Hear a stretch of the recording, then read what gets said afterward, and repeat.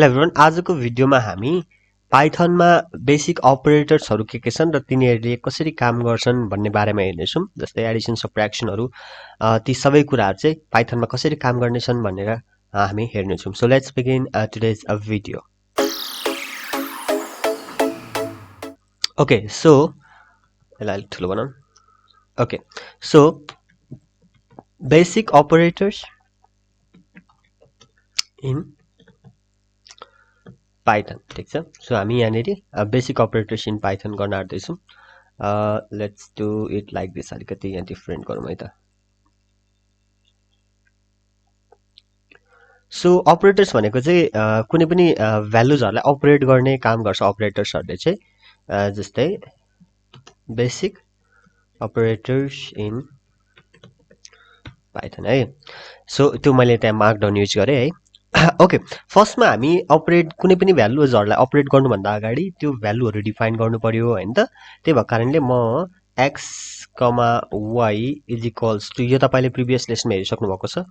x, y is equals to मैले value assign गर्छु। जस्तै 5, 2। अब यो भन्नुको अर्थ के हुन्छ भन्दाखेरि x को भ्यालु 5 र y को भ्यालु 2। जस्तै यहाँ x को भ्यालु कति रहेछ त? x को भ्यालु 5 आयो र y को भ्यालु कति आउँछ? y को भ्यालु 2 आउँछ। या so x, y equals to 5, 2 गर्दाखेरि मैले x र y को भ्यालुहरु असाइन गरे। सो फर्स्ट बेसिक अपरेटर भनेको चाहिँ के हो त? एडिसन चाहिँ कसरी गरिन्छ भन्दाखेरि जस्ट प्लस साइनले गरिन्छ। केले गरिन्छ त? x plus y। अब यो हेर्नु भने यसले के गर्छ यहाँ भन्दा x र y लाई जोड्छ। 5 प्लस 2 कति भयो? 7 भयो। देखिराख्नु भएको होला यहाँनेरि। So addition is the first common र बेसिक अपरेटर इन पाइथन। त्यस्तै एडिसन जस्तै अर्को के हुन्छ त? सबट्र्याक्सन है। सबट्र्याक्सनले के गर्छ त? x माइनस y मैले गर्दै भने यो नोटबुक युज गरिरहेको छु, यसमा प्रिन्ट लेखिराख्नु पर्दैन, यसले देखाइदिहाल्छ directly. So x minus y भने कति भयो त? 3 भयो। सो 5 माइनस 2 भने कति भयो? 3 भयो है। सो अब हामी अर्को तिर जाउँ। अर्को बेसिक अपरेटर त्यो भनेको मल्टिप्लिकेसन। # मल्टिप्लिकेसन। सो मल्टिप्लिकेसन चाहिँ कुन साइनले गर्छ भन्दाखेरि एस्ट्रिक साइन हुन्छ। त्यो नर्म कीको उतापट्टि थाहा होला। त्यसले चाहिँ के गर्ने रहेछ त? मल्टिप्लाई गर्छ। 5 × 2 10, त्यो पनि आयो, ठीक छ।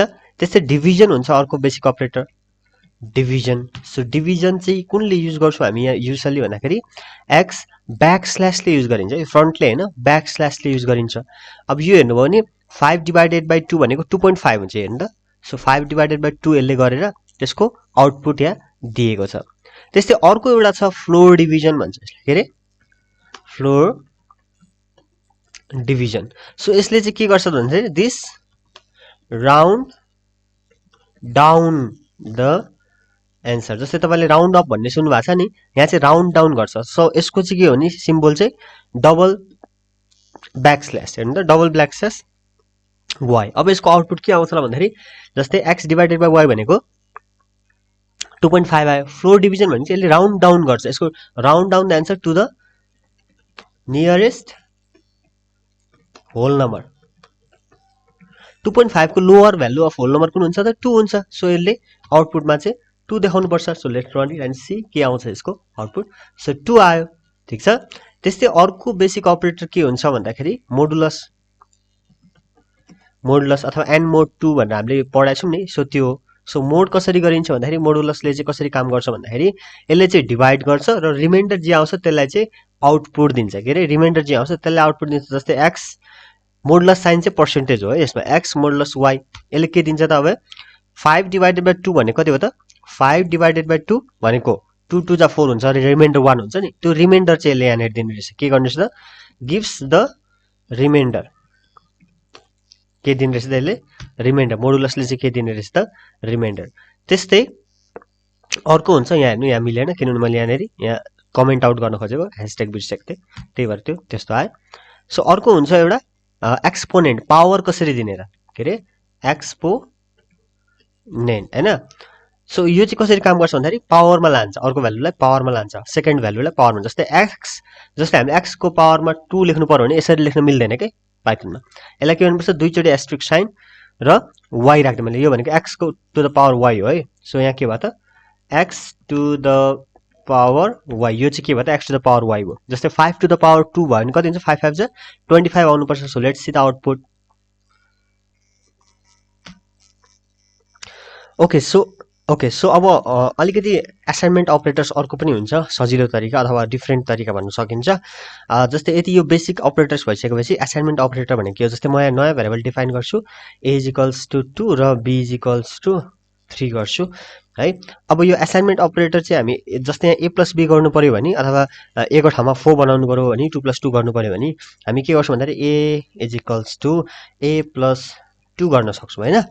अब यो के भयो त भेरिएबल यहाँनिर चेन्ज हुन्छ। जस्तै a को भ्यालु 2 छ, अब यो के भयो त b को भ्यालु 3 छ, तर a को भ्यालु अब कति भयो त हेर्नु त 2 प्लस 2 4 हुन्छ। अब a को भ्यालु देख्नु त 4 भएको छ। अब मैले फेरि यहाँ a प्लस अर्को गरेँ भने फेरि त्यो अर्को हुन्छ क्या भ्यालु।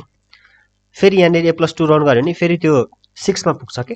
तर अब अहिले कति छ त भ्यालु, अहिले त 2 छ किनभने मैले त्यो हटाइदिएको छु। त्यो जुन मैले अघि गरेँ प्लस त्यसलाई अर्को तरिकाले पनि गर्न सकिन्छ। जस्तै a plus is equals to 2 पनि गर्न सकिन्छ क्या।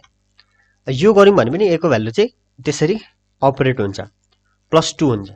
ठिक छ, यो प्लसमा गर्न सकिन्छ अथवा चाहिँ माइनस। अब यो a को भ्यालु 4 भइसकेको छ, so a minus is equals to 2 गरे इज इक्वल्स टु 2 गरे भने यो कति हुन्छ, अब फेरि 2 मा जान्छ, 2 मा भ्यालु झर्छ के। जस्तै a को भ्यालु अहिले हेरौँ त कतिमा झऱ्यो 2 मा झऱ्यो। यो भ्यालुहरू रिप्लेस भइरहन्छ है, मैले भने रिप्लेस भइरहन्छ। सुरुमा भ्यालु हामीले 2 डिफाइन गरेको थियौँ, यो अपरेटरले यसलाई 2 प्लस 2 4 बनाइदियो हैन। अब फेरि यहाँनिर गएर के भयो त 4 बाट घट्छ, अब 2 बाट घट्दैन 4 बाट घट्छ किनभने a को भ्यालु त चेन्ज भइसकेको छ। सो भेरिएबल्स भनेको त्यही हो कि चेन्ज हुन्छ क्या प्रोग्राममा भ्यालुजहरू। ठिक छ, सो त्यसरी हुन्छ। त्यस्तै मल्टिप्लिकेसनलाई पनि हामी त्यसरी गर्न सक्छौँ। a एस्ट्रिक इक्वल्स टु 2 गऱ्यौँ भने त्यो पनि 4 नै आउँछ हैन। सो यसलाई इक्वल्स टु लाइक 4 गरिदिउँ भने 2 4 जा 8 आउनुपर्छ यसको हैन। जस्तै मैले यसलाई प्रिन्ट गरेँ भने के दिनु रहेछ त यसले, अब लेट्स सी 16 दिएको छ यहाँनिर हैन।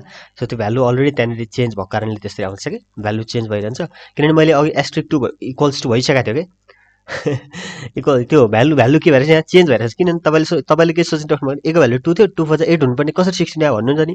त्यो बिचमा रन भइसक्यो, मैले रन गरिसकेँ, रन गर्दाखेरि त्यो भ्यालु चेन्ज भइसकेको छ कि त्यो नहोस् भनेर म यहाँनिर a इक्वल्स टु फेरि डिफाइन गरेँ भने चाहिँ अब चाहिँ I think it's give it yes. अब चाहिँ यहाँ फेरि मैले यो माथिको सबै कुरालाई बिर्सेर फेरि a को भ्यालु चाहिँ कति डिफाइन गरेँ अहिले 2 गर्यो। सो भेरिएबल्सको भ्यालु हेर्नु है, मैले यसलाई रिपिटेडली युज गर्दाखेरि बिचमा धेरैचोटि भ्यालुहरू चेन्ज भयो क्या।